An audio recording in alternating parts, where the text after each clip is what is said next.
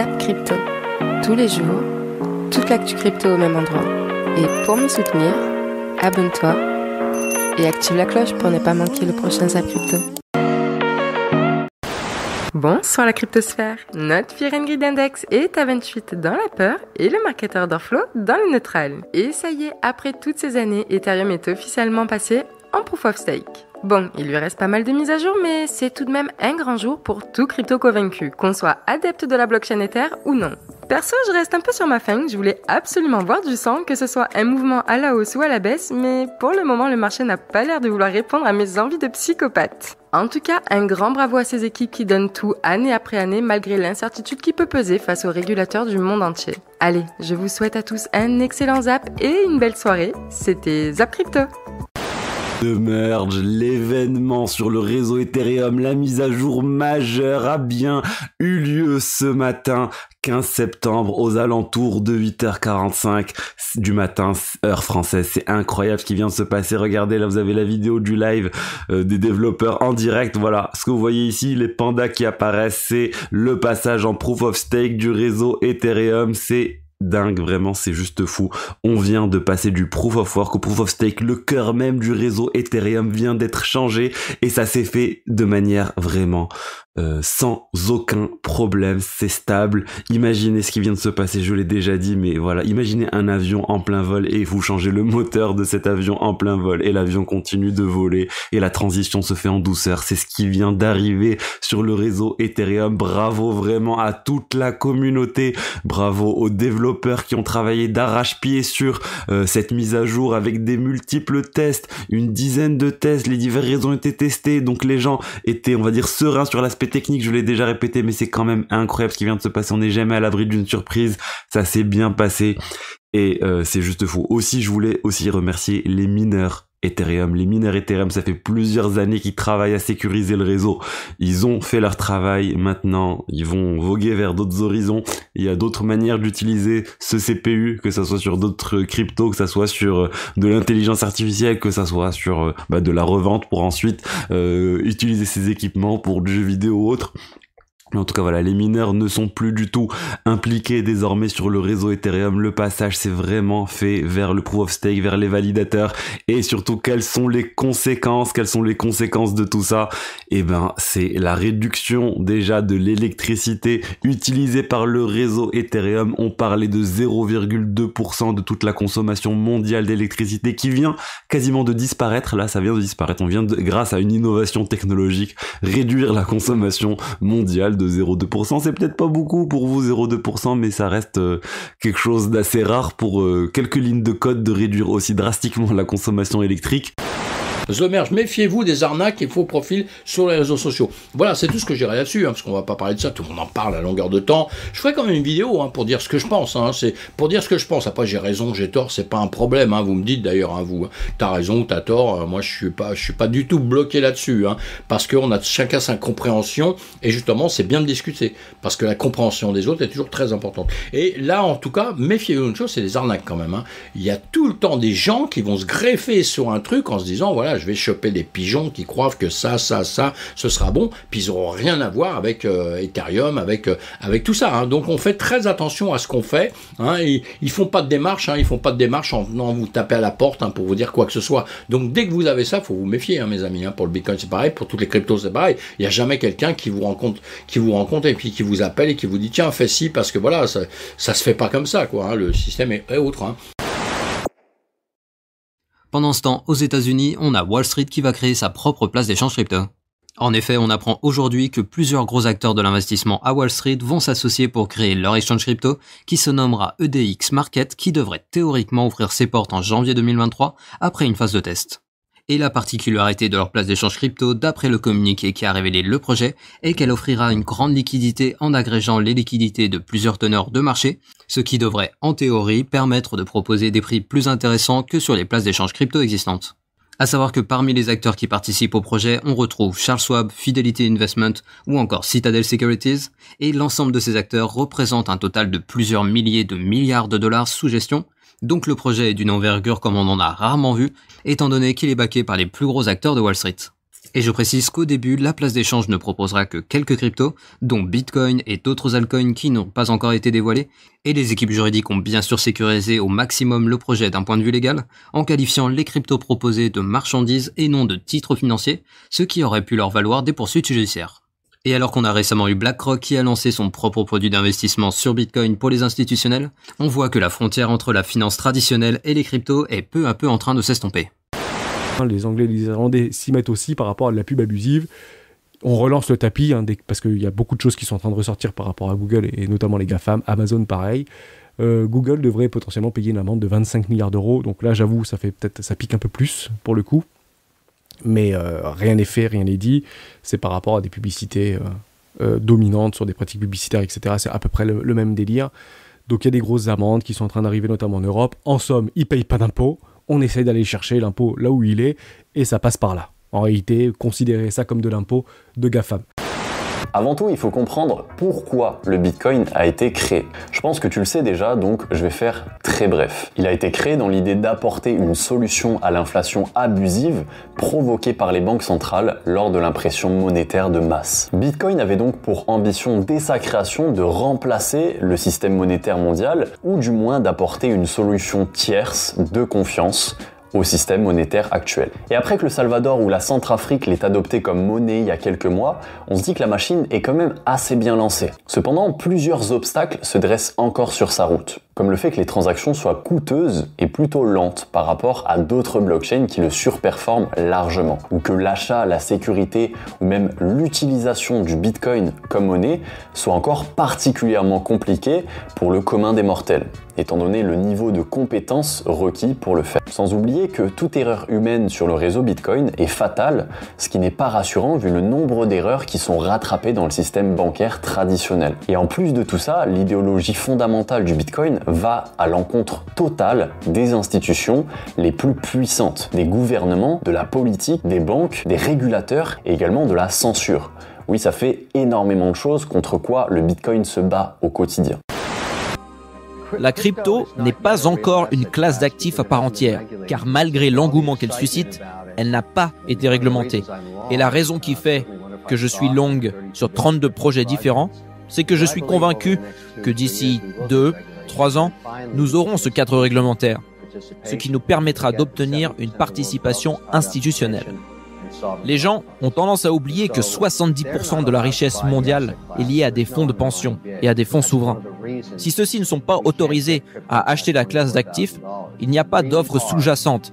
Et c'est l'une des raisons pour lesquelles la crypto ne semble pas vouloir monter au-delà de 24 000. Nos difficultés sont dues au fait qu'il n'y a pas vraiment de grandes institutions autorisées à l'acheter, particulièrement le Bitcoin, et même l'Ethereum et l'USDC, qui sont les 3 cryptos les plus capitalisés en ce moment. Donc, si nous obtenons cette réglementation, ça sera sans doute d'abord dans les stablecoins, étant donné les événements récents. Il y a un projet de loi bipartisan actuellement en discussion à Capitol Hill, qui pourrait arriver en septembre, ce qui est très proche. Et si ça n'arrive pas, ça tombera sans doute après les élections de mi-mandat. Donc, les stablecoins en premier, et ensuite, on discutera du Bitcoin et des autres cryptos pour voir si on peut autoriser leur inclusion dans un ETF. Toutes ces inconnues créent l'incertitude actuelle dont nous espérons tirer profit. C'est ce qui justifie notre participation. Mais c'est encore trop tôt pour dire que la crypto est une classe d'actifs à part entière. On n'y est pas encore. C'est encore un système naissant et modeste. Mais ça ne veut pas dire que vous ne devriez pas investir dedans. Au contraire, vous devriez profiter de votre avance. Quand les cryptos seront bel et bien considérés comme un type de placement, leur prix ne s'appréciera plus matériellement. Du moins, c'est mon hypothèse quand j'investis.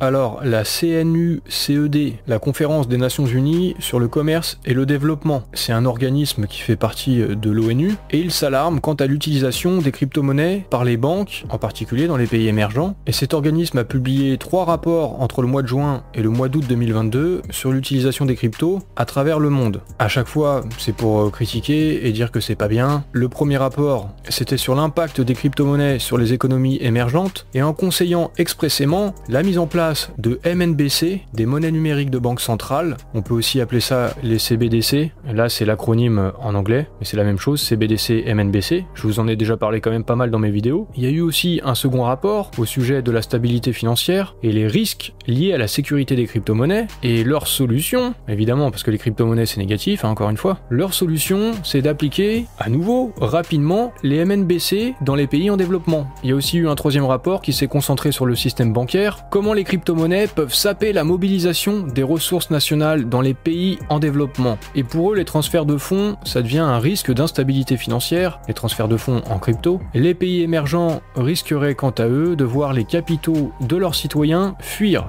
le pays. Alors pourquoi on sait pas, et puis en fait, les faits semblent montrer plutôt le contraire. Le meilleur exemple, c'est le Salvador qui a légalisé le Bitcoin. Et qu'est-ce qui s'est passé? 52 millions de dollars ont été transférés sur les 5 premiers mois de l'année au Salvador. Et en fait, c'est la diaspora, du coup depuis l'étranger et souvent depuis les États-Unis, qui transfère du Bitcoin vers leur pays d'origine. Donc voilà, hein, ça c'est les faits. Et ça contredit les rapports et les préconisations, les inquiétudes des Nations Unies quand ils disent que pour les pays émergents, ça risquerait de faire fuir les capitaux de leurs citoyens. C'est tout le contraire. Donc peut-être qu'ils n'ont pas bien bossé leur rapport, ou alors c'est eux qui sont nuls. C'est pas l'ONU, c'est on est nul. C'est pas forcément une bonne blague, mais bon, c'est mérité. Ou alors c'est juste des menteurs, hein.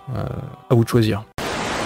Et pour finir, Cryptos qui nous dit, pour réduire ses coûts de production, améliorer l'efficacité de ses services, Swift, l'un des leaders des systèmes de paiement, t'as dû faire des paiements Swift, c'est obligé. Quand tu t'appelles ta banque, je vais faire un paiement Swift d'un pays à l'autre et tout, blablabla, bon ben ça fait du Swift. Et se mettre au crypto, à la blockchain, donc ça c'est splendide. Bon. On n'a pas fini d'être en crise en Europe, manifestement. C'est la merde, c'est la peur. Donc grosse récession à venir. La crise. Ouais, c'est la crise. Donc grosse récession à venir. On va la traiter vite fait cette news. Parce qu'il y a la pénurie d'énergie, ça devrait faire grimper l'inflation, peser sur le PIB.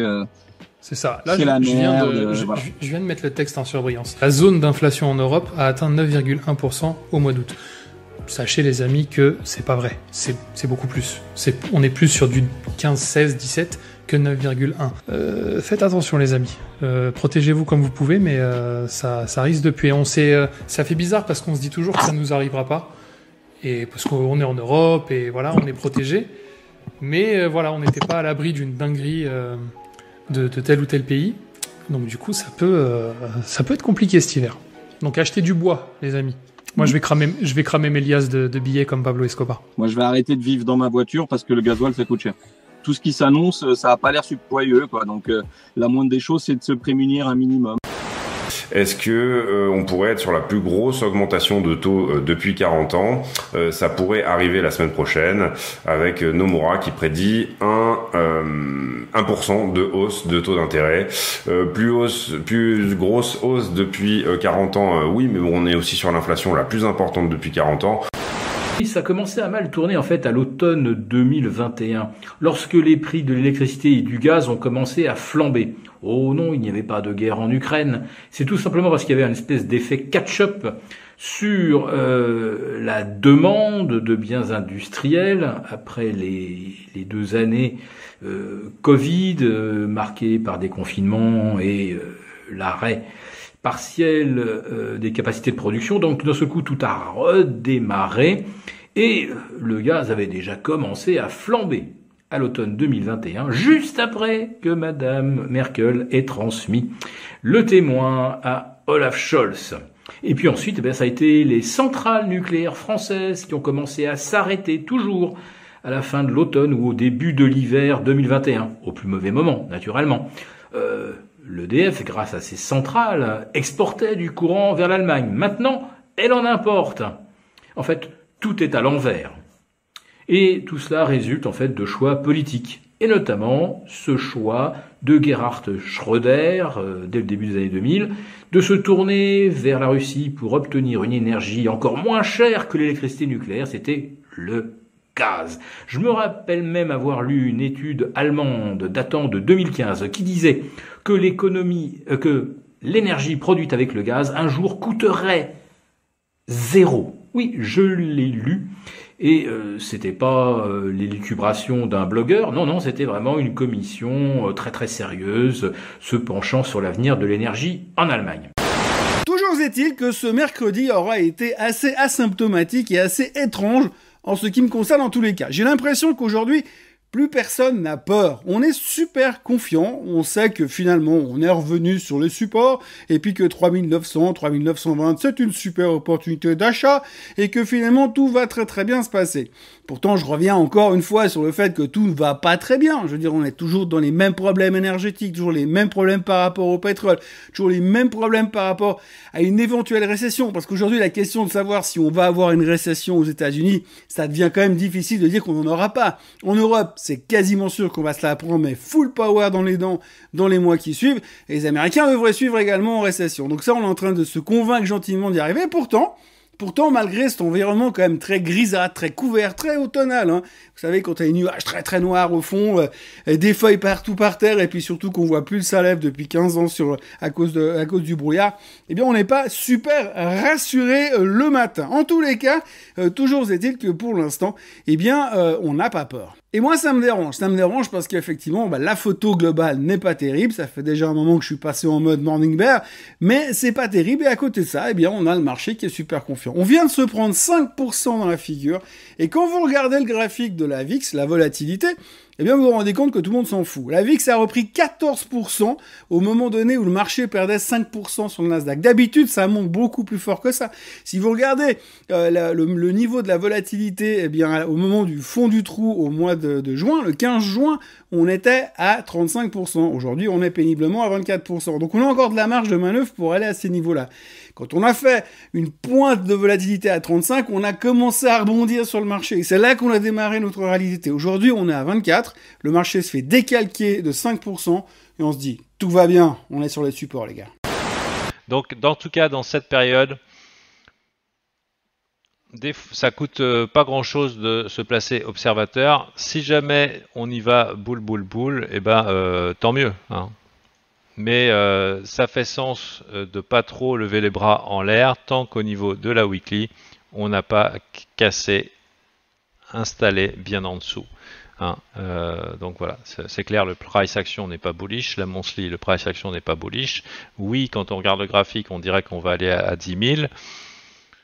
Bon, maintenant, il faut que les vendeurs le fassent. Hein. Ça, à un moment, je veux dire, ces mecs-là, ils vont devoir TP.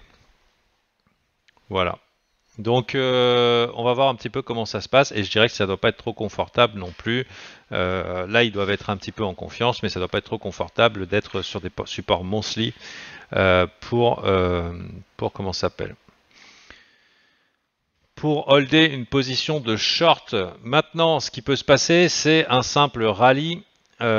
Disons après un petit peu de baston et de volatilité, un simple rallye qui revienne chercher ici pour ensuite, bon, on verra.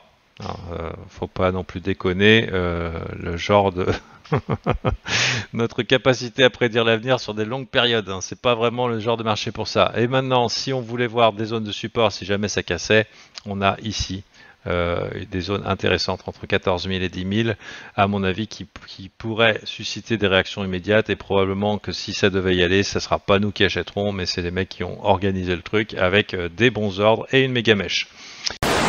Ici, Stock Money Lizard qui nous partage une analyse bullish aussi, du bullshit du matin au soir. Par contre, là, c'est pas trop mal. Il compare avec le bear market de 2015-2016, si tu veux.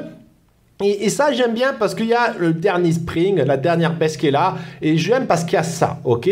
Parce que si jamais on doit faire quelque chose, on aura, je pense, une dernière jambe baissière qui fera pleurer tout le monde. Moi, je m'attends à une bonne capitulation. Ça manque une bonne capitulation. Ça fait longtemps qu'on n'a pas eu une vraie capitulation. La dernière fois qu'on a eu une vraie capitulation, c'était tout simplement là. C'était le 18 juin. Ça fait longtemps. C'est vraiment qu'on commence à tomber. Pam, pam, pam, pam. Là, il y a de la capitulation. Parce que là, pendant une semaine, tu tombes aux enfers et les gens, ils se disent « Oh mon Dieu, c'est bon, c'est fini. » Là, on n'a pas eu ça encore. Néanmoins, est-ce que tous les signaux sont pour autant au rouge et que finalement, on va repartir à 14 000 $, voire à 12 000, voire à 10 000 ? Ou est-ce qu'il y a encore un espoir ? Premièrement, en vue semaine, au niveau des indicateurs, des bandes de Bollinger, on voit qu'effectivement, si on devait casser le dernier plus bas à 19 000 $ environ, l'objectif serait les 15 000 $ à minima. Ça, tout le monde est d'accord pour le dire. Est-ce que pour autant, on a invalidé le double bottom que l'on a en vue semaine avec ligne de coup à 25 000 $ pour aller chercher finalement l'objectif des 30 000 et retourner la tendance à la hausse? Est-ce qu'il est invalidé? Pas réellement non plus. pas réellement non plus. Nous ne sommes pas repassés sous le dernier plus bas en vue semaine. C'est pas impossible qu'au cours de la semaine, on ait une mèche qui se forme, que l'on revienne finalement aux 25 000. Rien n'est impossible, pour le moment. Chez moi, en tous les cas, il n'est pas invalidé. Moi, je considère que tant qu'on ne repasse pas sous les 18 800 $ environ, ce double bottom en vue semaine n'est pas invalidé. On observe d'abord de loin ce qui se passe. Et qu'est-ce qui se passe et qu'est-ce qu'on constate immédiatement et ultra rapidement.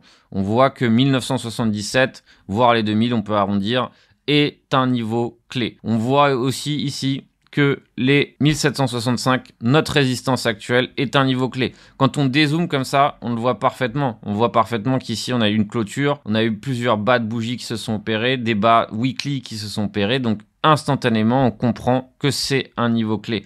Donc, quand on achète là et que finalement on n'a pas dézoomé, on se retrouve finalement à acheter une résistance. Et donc, toujours rarement une bonne idée. On a notre support ici majeur et vous voyez qu'il est parfait. On a une clôture weekly qui se met en place ici, un haut weekly qui se met en place. On a le bas et clôture weekly. Et ici, pareil, on a aussi un paquet de niveaux. Donc, vous voyez que c'est très très très propre ce qui est dessiné, on peut pas faire plus propre. Et vous le savez, j'aime bien parfois partager ici la price action en range. Et de ce mouvement haussier à celui-ci, donc ce creux, donc n'oubliez pas, j'ai un tutoriel complet sur Fibonacci si vous voulez faire ou comprendre ce genre de processus, c'est expliqué de A à Z dans ce tuto. Et donc vous voyez qu'actuellement on a rebondi pile poil ici sur les 23,6 et que si par exemple on fait une autre analyse de Fibo, vous voyez qu'ici, les 23,6 qu'on vient de définir sont aussi, pile poil aussi, les 61,8 de Fibo. Donc, vous voyez qu'on est en fait sur ce qu'on appelle une convergence de Fibo. Donc, on est sur un niveau clé.